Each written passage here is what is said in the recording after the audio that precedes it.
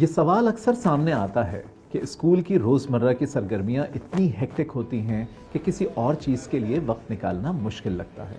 آخر اساتذہ اپنی کلاس میں ایسا کیا کر سکتے ہیں کہ طلبہ کی اخلاقی تربیت بھی ہوتی رہے اور تعلیمی سرگرمیوں کا قیمتی وقت بھی ضائع نہ ہو؟ آج ہم کچھ ایسے ٹیچنگ میتھڈز پر نظر ڈالیں گے جو اخلاقی تربیت کو تعلیمی سرگرمیوں کے ساتھ آسانی سے شامل کرنے میں مددگار ہیں۔ ان میں شامل ہیں modeling positive behavior as a teacher, identifying common themes between traits and students' learning objectives, collaborative learning, use of reflection as a daily practice, اور use of storytelling and role-playing scenarios۔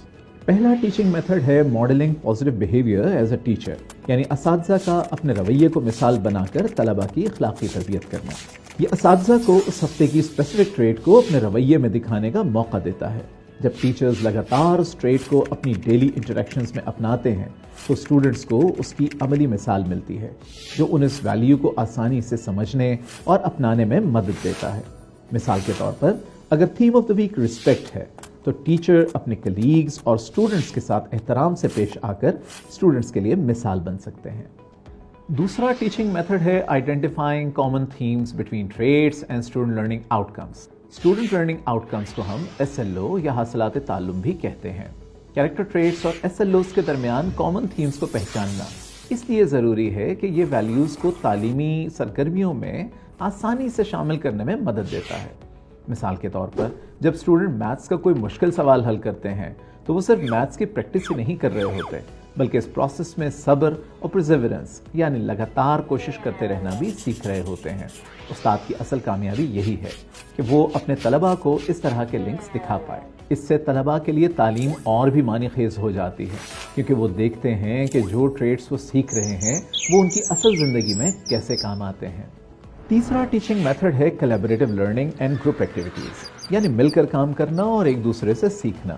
جب اسٹوڈنٹس مل کر کام کرتے ہیں تو وہ ایک دوسرے کی بات سننا، اپنے آئیڈیاز شیئر کرنا اور مختلف نظریات کو سمجھنا سیکھتے ہیں۔ گروپ ایکٹیویٹیز اسٹوڈنٹس کو leadership, responsibility, self accountability, cooperation اور ایسے بہت سے دوسرے ٹریٹس پر عمل کرنے کا موقع دیتی ہیں۔ ایکٹیویٹی کے بعد اساتذہ طلباء سے مین ٹاپک کے ساتھ ساتھ ریفلیکٹیو سوالات کر سکتے ہیں، جیسے آپ نے ذمہ داری کا اظہار کیسے کیا، یا آپ نے اپنے گروپ کے خیالات کا احترام کیسے کیا اور کوپریشن کیسے دکھائی۔ اس طرح طلباء کو سبجیکٹ کے ساتھ ساتھ کیریکٹر ٹریٹس پر غور کرنے کا موقع بھی ملتا ہے۔ چوتھا ٹیچنگ میتھڈ ہے use of reflection as a daily practice, یعنی طلباء کو غور و فکر کرنے کی عادت سکھانا۔ ریفلیکشن کرنے سے اسٹوڈنٹس اپنے ایکسپیرینسز کو سمجھتے ہیں، اپنے رویے پر غور کرتے ہیں اور اپنے اعمال اور سیکھی گئی ویلیوز کے درمیان تعلق بناتے ہیں۔ ریفلیکشن کے ذریعے اسٹوڈنٹس اپنے ایریاز آف امپروومنٹ کو پہچان سکتے ہیں اور ان ٹریٹس کا اپنی شخصیت پر اثر سمجھ سکتے ہیں۔ یہاں ٹیچرز اوپن مائنڈڈ کوسچن پوچھ سکتے ہیں، جیسے ٹالرنس پر عمل کرنے سے آپ کی زندگی میں کیا بہتری آئی، یا وہ وقت لکھیے جب آپ کو کسی مشکل کا سامنا تھا اور پرزیورنس نے آپ کو مدد دی۔ اس کے علاوہ ٹیچرز گروپ ڈسکشن بھی کروا سکتے ہیں تاکہ اسٹوڈنٹس اپنے جذبات اور سوچ شیئر کر سکیں۔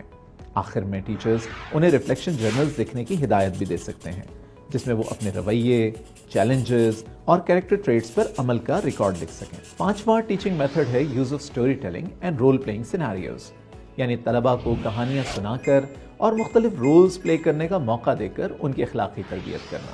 اسٹوری ٹیلنگ اور رول پلئنگ مشکل کانسیپٹس کو اسٹوڈنٹس کے لیے زیادہ ریلیٹیبل اور دلچسپ بنا دیتے ہیں۔ اس سے اسٹوڈنٹس اصل زندگی کے نتائج دیکھ کر مشکل سبق کو آسانی سے سمجھ سکتے ہیں۔ مثال کے طور پر اگر آپ ذمہ داری سکھانا چاہتے ہیں تو آپ ایک کہانی سنا سکتے ہیں جس میں کیریکٹر اپنی ذمہ داری کو نظر انداز کرتا ہے، جیسے اپنا کام وقت پر مکمل نہیں کرتا اور جس کے نتیجے میں اسے مشکلات کا سامنا کرنا پڑتا ہے اور دوستوں کا اعتبار بھی اس پر ختم ہو جاتا ہے۔ اس طرح اسٹوڈنٹس آسانی سے سمجھ لیتے ہیں کہ ذمہ داری نبھانا کتنا ضروری ہے۔ رول پلئنگ کا ایک بہترین طریقہ یہ ہے کہ اگر آپ ایمپیتھی سکھانا چاہتے ہیں تو آپ اسٹوڈنٹس کو ایسی سچویشن میں ڈال سکتے ہیں جہاں وہ دوسروں کے جذبات اور حالات سمجھنے کی کوشش کریں۔ جیسے اگر ایک اسٹوڈنٹ دیکھ رہا ہے کہ کوئی کلاس میٹ اکیلا محسوس کر رہا ہے یا اس کا کلاس میٹ لیسن سمجھنے میں مشکل محسوس کر رہا ہے تو وہ کیا کرے گا؟ اس طریقے سے وہ اصل زندگی میں ایمپیتھی کو بہتر طور پر سمجھتے ہیں اور اپناتے بھی ہیں۔ ان تمام ٹیچنگ میتھڈز کا استعمال کر کے ہم طلبہ کی اخلاقی تربیت پر روزانہ بہت آسانی سے کام کر سکتے ہیں۔ یہاں یہ یاد رکھنا بھی ضروری ہے کہ یہ تمام میتھڈ سجیسٹیو ہیں اور ہمیں یقین ہے کہ آپ اپنی کریٹیوٹی کو استعمال کرتے ہوئے مزید انوویٹو میتھڈز بھی استعمال کریں گے۔ ملتے ہیں اگلی ویڈیو میں جہاں ہم نبی کریم صلی اللہ علیہ وآلہ وسلم کے ٹیچنگ میتھڈز کے بارے میں تفصیل سے جانیں گے۔ تب تک کے لیے اللہ حافظ۔